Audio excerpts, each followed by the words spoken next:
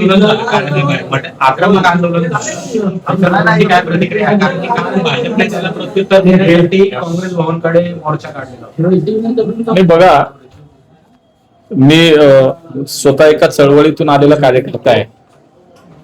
युवा मोर्चाच्या माध्यमातून काम करत असताना मी अनेक आंदोलनं केली, अनेक वेळा रस्त्यावरती आम्ही उतरलो, पोलिसांच्या काठ्याही खाल्लेला कार्यकर्ता आहे मी.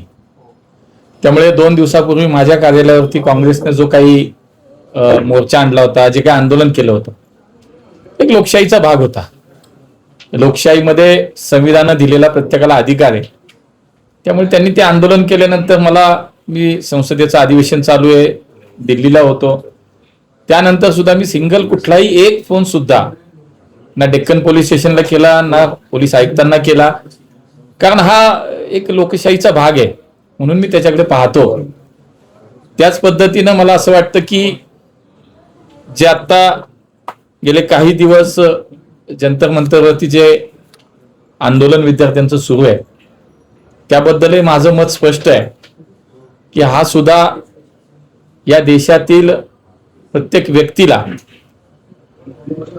संविधानानं दिलेला अधिकार आहे. संविधानामुळे आपले हक्क, आपला न्याय मागण्याचा अधिकार प्रत्येकाला आहे. त्यामुळे विद्यार्थ्यांचं हे आंदोलन हा त्यातलाच एक भाग आहे. फक्त जी घटना झाली ज्याच्यामुळे हे आंदोलन होतंय, नीटचे पेपर लीक झाला आणि लाखो विद्यार्थ्यांना अडचणींना सामोरं जावं लागलं, ही दुर्दैवी घटना आहे.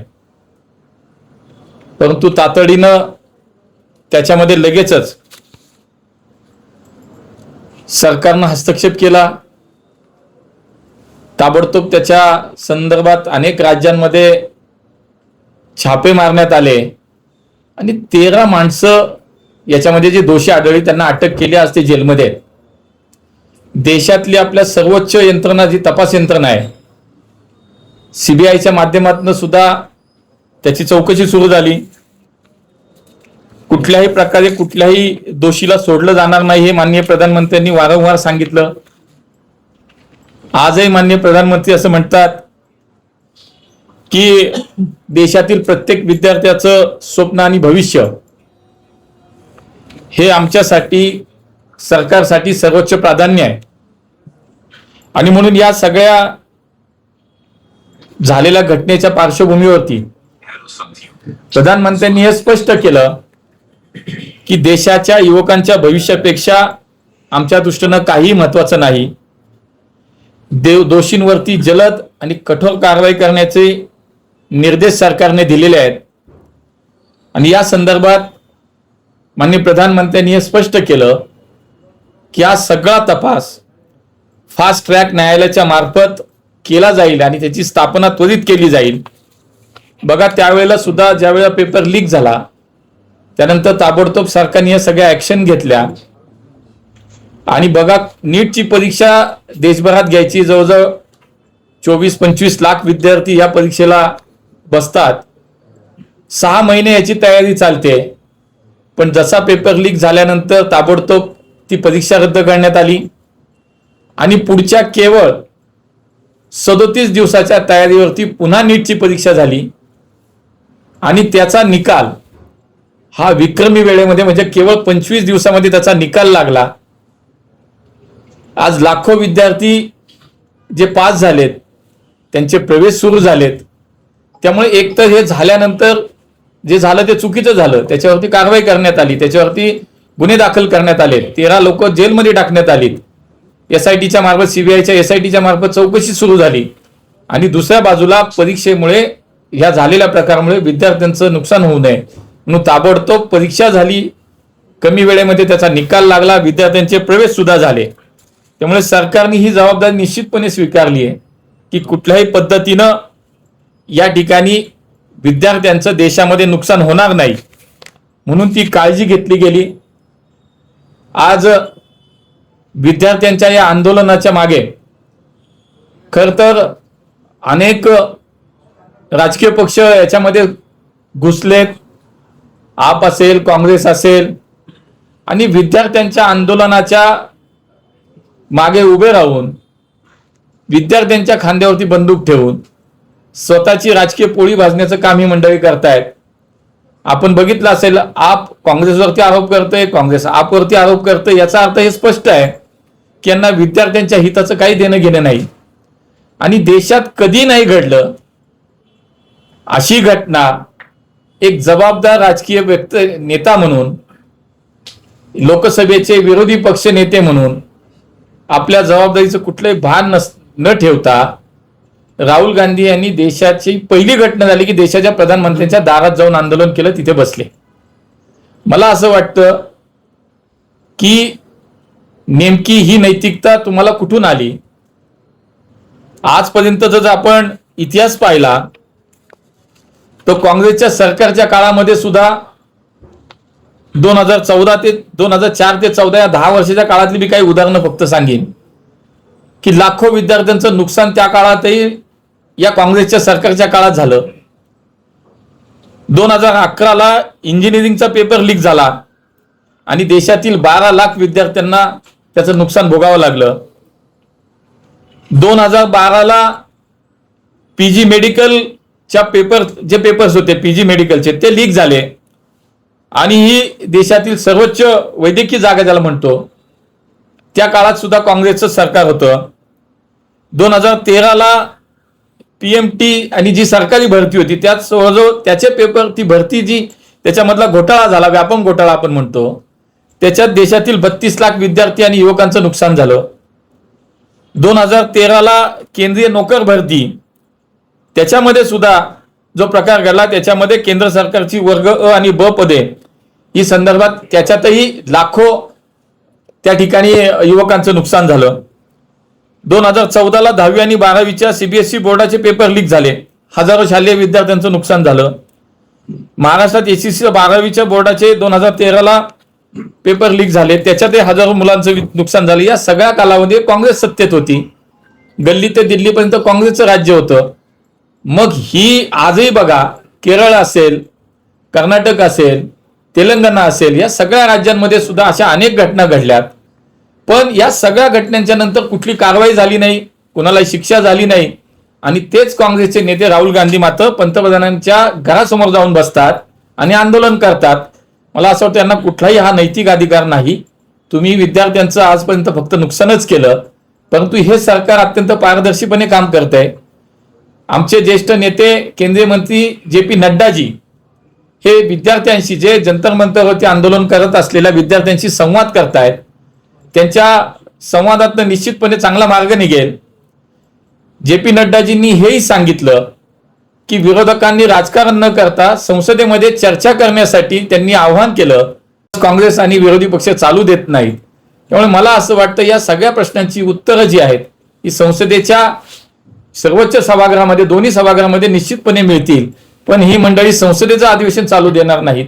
देशातील जनतेच्या समोर सत्य आणून देण्याचं हे टाळतायत आणि म्हणून एका बाजूला संसदेचं कामकाज बंद पाडायचं, दुसऱ्या बाजूला अशा पद्धतीनं नैतिक अधिकार नसताना आंदोलनं करायची आणि विद्यार्थ्यांच्या आंदोलनाच्या पाठीमागे त्यांच्या खांद्यावर बंदूक ठेवून राजकारण करायचं. अशा प्रकारे मला असं वाटतं हे एकूण संपूर्ण देशवासी बघतायत. आणि म्हणून मला असं वाटतं की आज प्रधानमंत्र्यांनी स्पष्टपणे सांगितलं की काही झालं तरी ह्याची कडक कारवाई होणार आहे. कठोर जे काही अजून शिक्षा ज्याच्यामध्ये अजून दोषी असतील त्यातलं कुणालाही सोडलं जाणार नाही. विद्यार्थ्यांचं भविष्य, या देशातील विद्यार्थ्यांचं भविष्य हीच आमची प्राथमिकता आहे आणि त्यासाठी आम्ही कटिबद्ध आहोत. फास्ट ट्रॅक न्यायालयाची स्थापना होईल, दोषींना शिक्षा होईल. आणि मी सांगितलं तसं परीक्षा पुन्हा झाली, कमी वेळेमध्ये झाली, कमी वेळेमध्ये निकाल लागला, विद्यार्थ्यांचे प्रवेश सुरू आहेत. पण ही जी काय त्रुटी, हा काय दोष या सिस्टीम मधला आहे तो कायमस्वरूपी हा संपणार, त्यासाठी सुद्धा सरकार कटिबद्ध आहे आणि त्या दृष्टीनं निश्चितपणे सरकार निर्णय घेते. अण्णा आंदोलन तुम्ही आता म्हणाल की जे आंदोलन करतायत त्या विद्यार्थ्यांचा तो नैतिक अधिकार आहे, संविधानाने अधिकार दिले. हा समजूतदारपणा जो मुलांनी दाखवला, तो समजूतदारपणा कदाचित दिल्ली पोलिसांनी त्या दिवशी दाखवला असता तर सरकारवर ही वेळ आली नसती. अक्षरशः मुलींना मारहाण झाली. हा समजूतदारपणा दिल्ली पोलिसांनी दाखवावा. केंद्रात आहात तुम्ही, तुमच्या अंडर हे सगळं येतं, तुम्ही दिल्ली पोलिसांशी काही संपर्क साधणार आहात मंत्रिमंडळातील? सरकार पातळीवरती निश्चितपणे या संपूर्ण विषयाचे फुटेजेस असतील, झालेल्या प्रकाराची माहिती सरकार संकलित नक्की करतंय. मी तेच म्हणालो की त्या दिवशीचा झालेला जो प्रकार आहे निश्चितच त्याच्यामध्ये सुद्धा जे काही चुकीचं झालं असेल ते सत्य जे आहे ते समोर येईल. सगळ्या प्रश्नांची उत्तर नक्की मिळतील. पण संसदेचं अधिवेशन चालू आहे आणि संसदेमध्ये जर चर्चाच झाली नाही, संसदेमध्ये याच्यावरती जर बोलणंच होत नसेल, तर ते प्रश्न जे काय आहे त्याची उत्तरं मिळणं अवघड होईल, सत्य समोर येण्यास अडचण होईल. म्हणून मला असं वाटतं की माननीय नड्डाजी असतील, माननीय प्रधानमंत्र्यांनी सुद्धा आवाहन केलं की संसदेचं अधिवेशन चालू द्यावं. दोन्ही सभागृहामध्ये चर्चेची तयारी आम्ही दाखवली आहे सरकारनं. त्यामुळे जे काही तुमचं म्हणणं आहे ते तुम्ही या संसदेच्या अधिवेशनात ते मांडा. त्याची उत्तरं देण्यासाठी सरकार बांधील आहे, कटिबद्ध आहे. म्हणून मला असं वाटतं सगळ्या प्रश्नांची उत्तर मिळते. संसदेत आलेले नाहीत, मोदी संसदेत येत नाही असं मला असं वाटतं, मी स्वतः पहिल्या दिवशी तिथे होतो, स्वतः मोदीजी हाऊसमध्ये होते, मी स्वतः बसलेलो होतो, त्या हाऊसमध्येच होते. तुम्ही चर्चेला फक्त हो म्हणा, संसदेचं दोन्ही सभागृह चालू द्या, मग आहे ना सगळं. तुम्हाला त्यांनी काल पत्रकार परिषदेत सांगितलं की ते ओम बिर्लांकडे गेले होते, त्यांनी या विषयावर चर्चा करू असं सांगितलं. ओम बिर्ला म्हणाले की सरकारला विचारू सांगतो, सरकार चर्चा करू देत नाहीत असं दोन्ही. बघा, वरिष्ठ मंत्री आमचे जे.पी. नड्डाजी यांनी प्रसारमाध्यमांसमोर स्पष्ट सांगितलं की आम्ही चर्चेला तयार आहोत, आम्ही सगळी उत्तर द्यायला तयार आहोत, याच्यातलं वास्तव काय सत्य काय ते समोर येईल. पण ती विरोधकांना ते नको आहे, त्याचं त्यांना राजकारण करायचंय. विद्यार्थ्यांचं हित यांना काही देणं घेणं नाही त्याच्याशी, त्यांना फक्त राजकारण करून याच्यामध्ये आपला स्वार्थ साधायचा आहे. पण माननीय प्रधानमंत्री मोदीजी असतील, भारताचं आमचं म्हणजे देशाचं सरकार असेल, हे विद्यार्थ्याच्या भविष्याची निश्चितपणे कुठल्याही प्रकारचं चुकीचं होऊ देणार नाही यासाठी आम्ही कटिबद्ध आहोत आणि त्यासाठी आम्ही नक्की. मुद्दा असा आहे, तुम्ही सांगितले की काँग्रेस काळात अनेक घोटाळे झाले, मान्य आहे. पण काँग्रेस काळात मंत्र्यांचे राजीनामेही घेतले जात होते. पण तुमच्या काळात एवढे घोटाळे, एवढे आरोप झाले, पण एकाही मंत्र्याचा राजीनामा मी तेच सांगतो. तुमची भूमिका मला आहे, कळलं मला ते. मी तेच आपल्याला सांगतो की शेवटी या सगळ्या विषयावरती चर्चा होणं महत्वाची आहे. देशातील जनतेसमोर सत्य पुढे समोर येणं महत्वाचं आहे. आणि म्हणून हे कधी होईल, ज्या वेळेला सभागृहामध्ये संसदेच्या अधिवेशनामध्ये त्याच्यावरती चर्चा होईल, त्यावेळेला तुम्ही तुमचं म्हणणं मांडा, सरकार त्याचं उत्तर दिलं. शेवटी ज्याच्यात तो दोषी असेल, प्रधानमंत्र्यांनी सांगितलंय ना की जे काय करायचं ते आम्ही करू, पण तुम्ही चर्चा तर केली पाहिजे, त्याच्यात सत्य काय ते समोर आलं पाहिजे. आता कोण काय बोलतोय याच्यापेक्षाही मला असं वाटतं की जेव्हा ही चर्चा होईल, देश संपूर्ण सगळा पाहिल, देशातली जनता पाहिल, तेव्हा सत्य समोर येणारच आहे. तेव्हा मला असं वाटतं याच्यावरती बोलणं योग्य होईल. सत्य समोर आलंच की. म्हणूनच त्याच्यावरती ताबडतोब कारवाई केली, त्याच्यावरती ताबडतोब कारवाई केली. त्याच्या मागचा खरा दोषी कोण आहे हे शेवटी सीबीआय सारखी देशाची सर्वोच्च तपास यंत्रणा त्याच्यामध्ये कामाला लागली. आता त्यांनी SIT स्थापन केली आहे, त्याच्यामध्ये जे काही प्राथमिक अहवालात दिसले ते 13 लोक जेलमध्ये टाकलेली आहेत. आता त्याचा विस्तृत तपास होईल, चर्चा हाऊसमध्ये होईल आणि खरं जे आहे ते समोर येईल. तुम्ही काँग्रेसची मोठी यादी तुम्ही वाचली, त्यामुळेच काँग्रेस अशा पद्धतीने बाहेर सरकार बदललं. तुमचं सरकार तुमच्या काळात तेच होतं काय? म्हणून मी तुम्हाला सांगितलं की भविष्यामध्ये असं होणार नाही याची खबरदारी सरकार घेतंय. झालं त्याच्यावरती ताबडतोब इलाज केला गेला, ताबडतोब त्याच्यावरती कारवाई केली गेली. मी तुम्हाला सांगितलं केवळ अशा परीक्षा घ्यायला जवळजवळ 6 महिन्याची पूर्वतयारी सरकारला लागते. केवळ 37 दिवसात लगेच नीटची परीक्षा पुन्हा झाली, 25 दिवसाच्या आत निकाल लागले. विद्यार्थ्यांचं वर्ष वाया जाऊ नये, विद्यार्थ्यांचं नुकसान होऊ नये यासाठी ताबडतोब जे करायचे दोन्ही गोष्टी केल्या. एका बाजूला कारवाई केली दोषींवरती आणि दुसऱ्या बाजूला ताबडतोब परीक्षा रद्द करून दुसरी परीक्षा झाली, निकाल झाले, विद्यार्थ्यांचे प्रवेश सुरू झाले. त्यामुळे सरकार त्याची जबाबदारी झटकत नक्की नाही.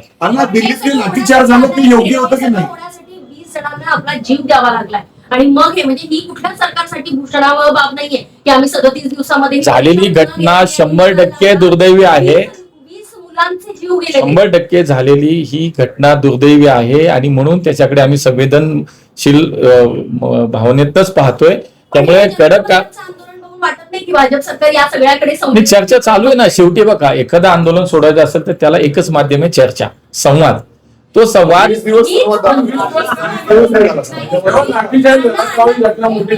नाही, त्याच्या अगोदर संवाद सुद्धा चालू आहे. संवाद हाच एकमेव मार्ग आहे. ही चर्चा त्यांना अपेक्षित आहे. चुकीची आहे. नाही, मला असं वाटतं की मी मगाशी म्हणालो तसं मी त्या दिवशी हेच आत्ताही तेच म्हणतो की शेवटी संविधानानं प्रत्येकाला अधिकार दिलाय. आंदोलन असेल, त्यांना लोकशाहीच्या पद्धतीने न्याय मागणं असेल, हे त्यांना कोणीच अडवू शकत नाही, हा त्यांचा अधिकार आहे. आता त्याच्यामध्ये नेमकं निर्णय काय होईल, त्याच्यामध्ये काही दिवस याच्यामध्ये आता गेलेत, नक्की गेलेत. पण आता ते मला असं वाटतं की संवाद सुरू आहे, याच्यामध्ये निश्चित लवकरच मार्ग निघेल आणि विद्यार्थ्यांच्या संदर्भातलं जे काही आंदोलन चालू आहे मला असं वाटतं त्याच्यातनं 100% काही ना काही संवाद आणि समन्वय